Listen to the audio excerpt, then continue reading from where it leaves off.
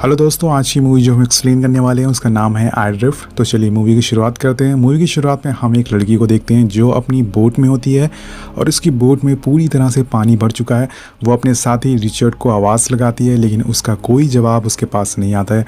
और जब वो बोट के ऊपर जाकर देखती है तो उसको अपनी बोट समुंदर के बीच में मिलती है और दूर दूर तक सिर्फ पानी ही पानी है, कोई मदद नहीं है। यहाँ वो ज़ोर ज़ोर से चिल्लाती है लेकिन यहाँ उसे सुनने वाला कोई नहीं है।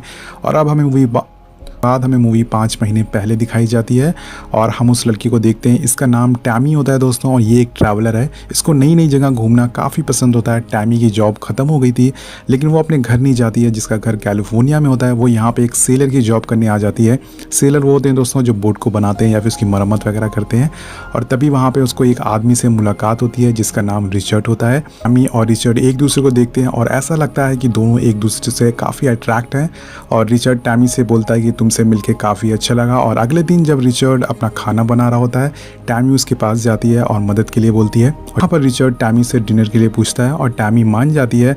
और उसके बाद जब टैमी उसकी बोट में जाती है तो वहाँ पे वो बहुत सारी फ़ोटोज़ देखती है, अलग अलग जगह की होती है जहाँ पे रिचर्ड गया हुआ था अपनी लाइफ में। और वो ये सारी चीज़ें देख के काफ़ी इम्प्रेस हो जाती है रिचर्ड से और उससे ये भी बताता है कि वो ये बोट उसने खुद बनाई है। और टैमी उससे पूछती है कि समुंदर में अकेले रहना कैसा होता है। रिचर्ड इस पर बोलता है कि हम इस बात पर रिचर्ड उसका जवाब देता है। वो बोलता है कि हमारा शरीर जो होता है ज़्यादा दिन तक समुद्र में रहने से काला पड़ जाता है और नींद पूरी नहीं होती, हमें भूखा रहना पड़ता है और फिर समुद्र से चिढ़ होने लग जाती है। वो बताता है कि अगर हम कुछ दिन समुद्र में रह जाएं, नेशन भी होने लगता है, हमें अलग अलग चीज़ें दिखने लग जाती है जो कि रियलिटी में नहीं होती है। तो इस बात पर टैमी उससे बोलती है कि तुम समुद्र में फिर क्यों जाते हो। वो रिचर्ड बोलता है कि ये एक अलग तरह का एहसास है जो तुम समझ नहीं पाओगी, बहुत ही यूनिक फीलिंग है जो कि शब्दों में बयान नहीं कर सकते हैं और मुझे ये फीलिंग काफ़ी ज़्यादा पसंद है। और अगले दिन रिचर्ड अपने साथ टैमी को बोट पर ले जाता है घुमाने के लिए और धीरे धीरे ये दोनों एक दूसरे से प्यार करने लगते हैं। एक दिन इनको एक बूढ़े कपल भी मिलते हैं जो कि रिचर्ड को पहले से जानते थे। वो रिचर्ड से बोलते हैं हमारा एक यार्ड है जिसको तुम्हें कैलिफोर्निया तक पहुंचाना होगा और वापसी के लिए हम तुम्हें फ़्लाइट का फ़र्स्ट टिकट देंगे, साथ में इस काम के लिए हम तुम्हें करीब $10,000 भी देंगे। तो ये ऑफ़र रिचर्ड को काफ़ी ज़्यादा पसंद आता है लेकिन वो कपल से बोलता है कि क्या आप वापसी के 2 फर्स्ट क्लास टिकट करवा सकते हैं, क्योंकि वो अपने साथ टैमी को भी ले जाना चाहता था। वो इस बात से एग्री हो जाते हैं बूढ़े कपल और उनकी डील फाइनली कंफर्म हो जाती है। और शाम को रिचर्ड और टैमी एक साथ बैठे होते हैं और उसके बाद टैमी इस डील से खुश नहीं होती है। वो अपने घर की तरफ जो कि कैलिफोर्निया में होता है वहाँ नहीं जाना चाहती थी। रिचर्ड उसे बोलता है कि मैं आधी दुनिया से बोट से घूम चुका हूँ, उसके बाद तुम मुझे मिली हो तो तुम्हें मैं खोना नहीं चाहता हूँ। और इनकी ये बातों से पता चलता है कि ये दोनों एक दूसरे से काफ़ी ज़्यादा पसंद करते हैं। ये सारी बातें सुनकर टैमी जो होती है उसके साथ जाने के लिए तैयार हो जाती है। और जब ये यार्ड लेके आधे रास्ते में होते हैं तो रिचर्ड टैमी को शादी के लिए भी प्रपोज़ कर देता है और टैमी उसका जवाब में हाँ कर देती है। वो उसे एक भी पहनाता है और टैमी उसे गले से लगा लेती है। और अगले दिन एक पंछी इनकी बोट पर आकर गिरता है।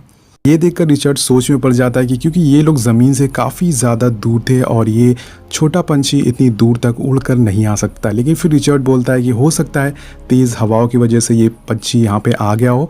और टैमी इस बात पर बोलती है कि क्या ये परेशानी का संकेत है, क्या हमारे पास कोई परेशानी आने वाली है। उसके बाद रिचर्ड बोलता है कि मैं रेडियो पर बात करके आता हूँ। और जब वो बात करता है तब उसे पता चलता है कि एक बहुत ही बड़ा हरिकेन इनकी तरफ आ रहा है। टैमी बोलती है कि हमें अपनी बोट रोक देनी चाहिए और जब वो हरिकेन यहाँ से निकल जाएगा हम आगे बढ़ेंगे। लेकिन किस्मत इनके साथ नहीं होती है। रात में वो हरिकेन इनकी बोट से टकरा जाता है और बहुत ऊंची ऊंची लहरें उठने लग जाती है। रिचर्ड टैमी से बोलता है कि तुम नीचे जाओ, वहाँ पे सेफ रहोगी, लेकिन टैमी उसे छोड़कर नहीं जाना चाहती थी।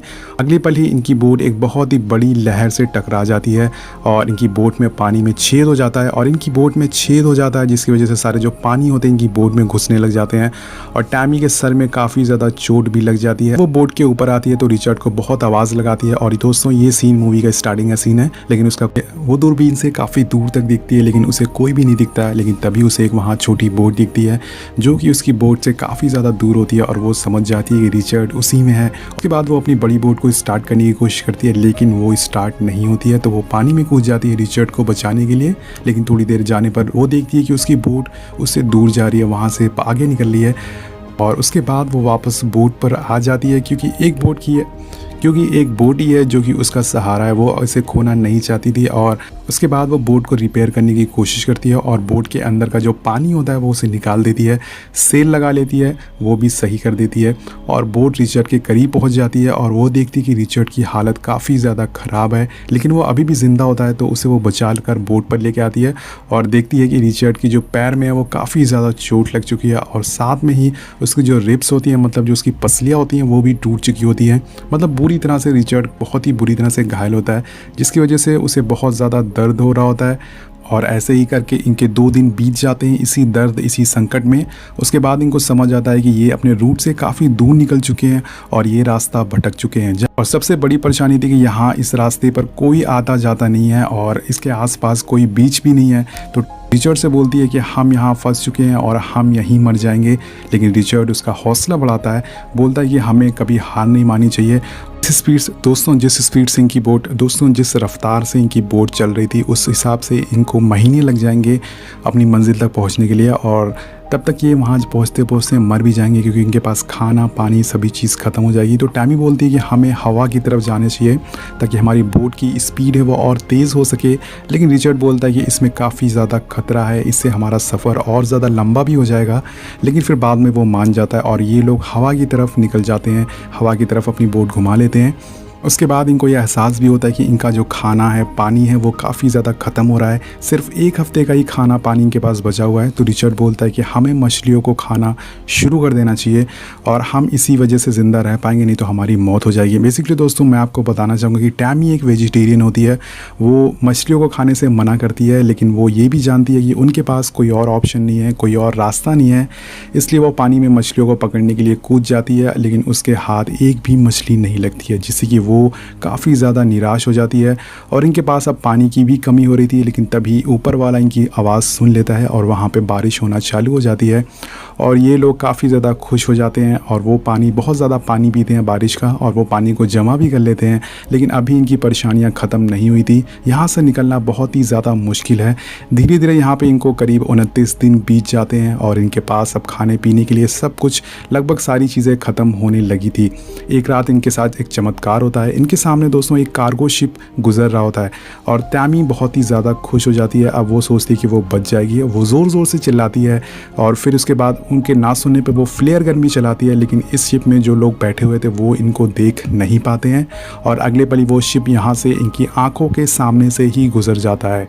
ये देखकर दोनों अंदर से काफ़ी ज़्यादा टूट जाते हैं और सोचते हैं कि अब वो यहीं मर जाएंगे।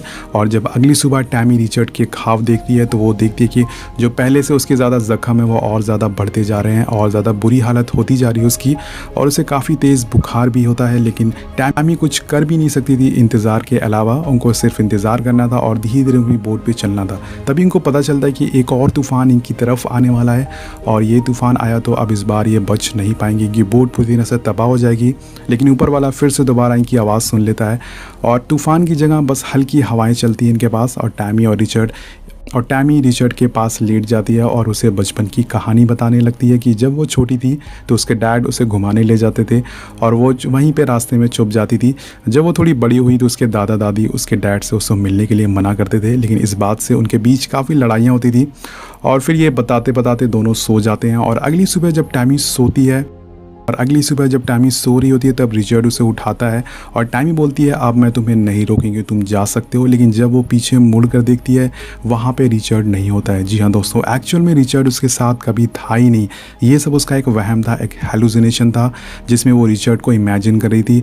और रिचर्ड तो उसी तूफ़ान में बहकर मर गया था, वो कहीं और बहकर चला गया था, वो कभी टैमी को मिला ही नहीं। टैमी हमेशा से रिचर्ड को अपने पास सोच रही थी, इमेजिन कर रही थी। उसके बाद टैमी को रियलिटी पता चलती है तो वो रियलिटी में आ जाती है और उसे एहसास होता है कि रिचर्ड अब मर चुका है।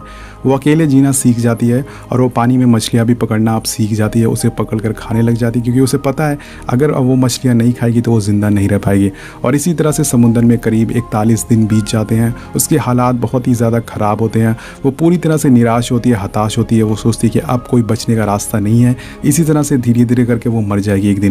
लेकिन तभी उसकी बोट पर एक छोटा पंछी आकर बैठता है और जिसे देखकर टैमी समझ जाती है कि आसपास ज़मीन आ चुकी है। जी हाँ दोस्तों, ये पंछी आया था इसकी एक ज़मीन से वो फटाफट अपनी दूरबीन निकालती है और चेक करती है, वहाँ उसे एक ज़मीन दिख जाती है। वहाँ उसे एक और शिप भी दिखता है। ये एक जापानीज़ शिप होता है और वो उसी टाइम अपनी फ्लेयर गन वहाँ पे चलाती है और लकीली दोस्तों वो शिप वाले टैमी को देख भी लेते हैं और उसकी तरफ आने लग जाते हैं। ये देखकर टैमी की आंखों से आंसू गिरने लग जाता है और वो शिप वाले उस तक खाना भी पहुंचाते हैं और अब वो शिप वाले उस तक पहुंच चुके हैं और उसे नीचे खाना पहुंचाते हैं, पानी पहुंचाते हैं ताकि वो खा पी कर थोड़ा हेल्थी हो जाए और उसकी बोट को खींचकर ज़मीन के किनारे ले जाने लगते हैं। टैमी की जान बच चुकी है। जब वो पूरी तरह से ठीक हो जाती है तो वो फिर से वापस तहीती जाती है। तहीती दोस्तों वही जगह थी जहाँ पे वो रिचर्ड से मिली थी, अपनी छुट्टियाँ मनाने आई थी और वहाँ पे वो रिचर्ड की बोट में भी जाती है जहाँ पे रिचर्ड की और उसकी साथ में फ़ोटो होती है। उसकी फ़ोटो देखकर उनकी सारी यादें उसको ताज़ा हो जाती है, उसकी आंखों से आंसू निकलने लग जाते हैं और अगले पल वो समुद्र के पास जाती है और रिचर्ड ने जो उसको अंगूठी दी थी आधे रास्ते में, इंगेजमेंट की अंगूठी, वो उसे पानी में बहा देती है रिचर्ड की याद में और यही मूवी ख़त्म हो जाती है। दोस्तों मैं आपको बताना चाहूँगा कि एक टैमी नाम की लड़की की सच्ची कहानी है दोस्तों ये, जो कि सिर्फ 24 साल की थी और जब वो समुद्र में फंस गई थी और करीब 41 दिन तक वो वहाँ फंसी रही और लास्ट में हमें उनकी रियल फ़ोटो भी दिखाई जाती है टैमी और रिचर्ड की, जिनकी कि ये रियल कहानी है। वेल आपको मूवी कैसी लगी नीचे कॉमेंट करके ज़रूर बताइएगा। नई एक्सप्लेनेशन के लिए नीचे कमेंट ज़रूर करिएगा, लाइक ज़रूर करिएगा और सबसे इंपॉर्टेंट चीज़ चैनल को सब्सक्राइब ज़रूर करिएगा। मिलते हैं आपसे अगली वीडियो में। Thank you so much watching, peace out.